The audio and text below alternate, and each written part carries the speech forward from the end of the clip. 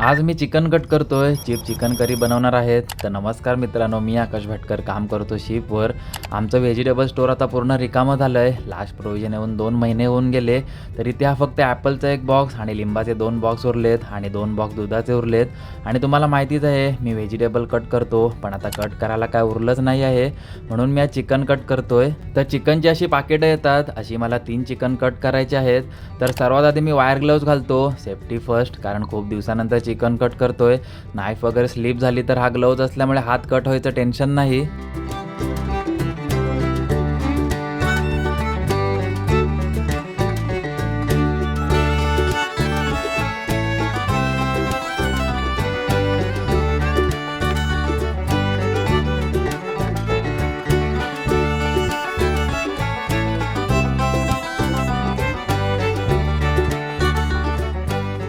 तर आता मी सर्व चिकन कट केलं आहे आणि तुम्हाला बघून आश्चर्य वाटेल, एवढ्या लोकांना एवढंसं चिकन कसं पुरेल. पण हे फ्रोझन चिकन असतं. ह्या चिकनला किती पण चांगलं बनवलं तरी अजिबात टेस्ट लागत नाही.